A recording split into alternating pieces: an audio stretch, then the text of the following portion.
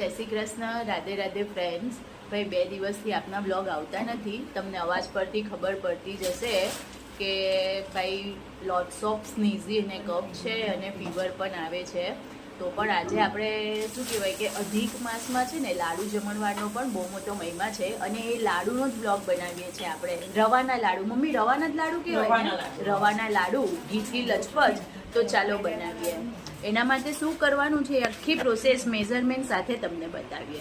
બનાવવાના છે 3 કિલોના લાડુ. હવે 3 કિલોના લાડુ પર 3 કિલો રવો, 3 કિલો, આ 1 કિલો, આ 1 કિલો છે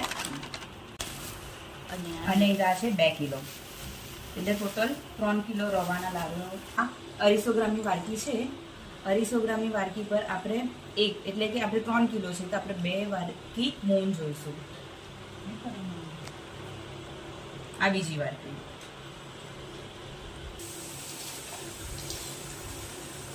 હવે આ રવાને જે આપણે તેલ નાખેલું છે તેને ઇક્વલ લેવલમાં કે બધામાં જાય એવી રીતના મોણને પ્રોપર કરવાનું છે.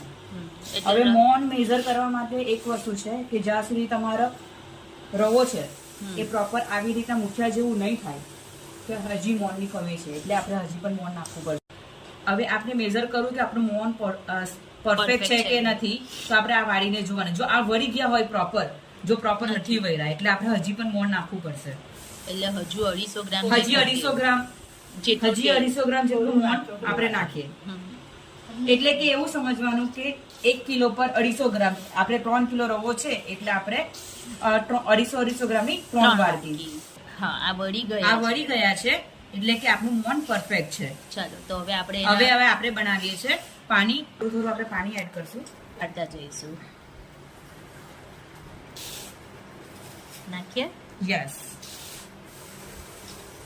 તો આપણે પેલું ઘી ગોળનું પછી કરવાનું છેલ્લે ઘી ગોળ કરવાનું.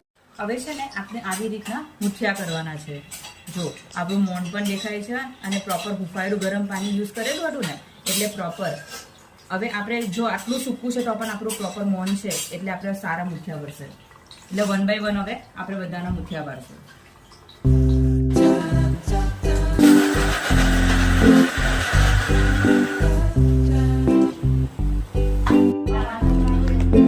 જો આ રીતે પીનવવાનું એને હાથની હથેળીથી અંદર વાસણની.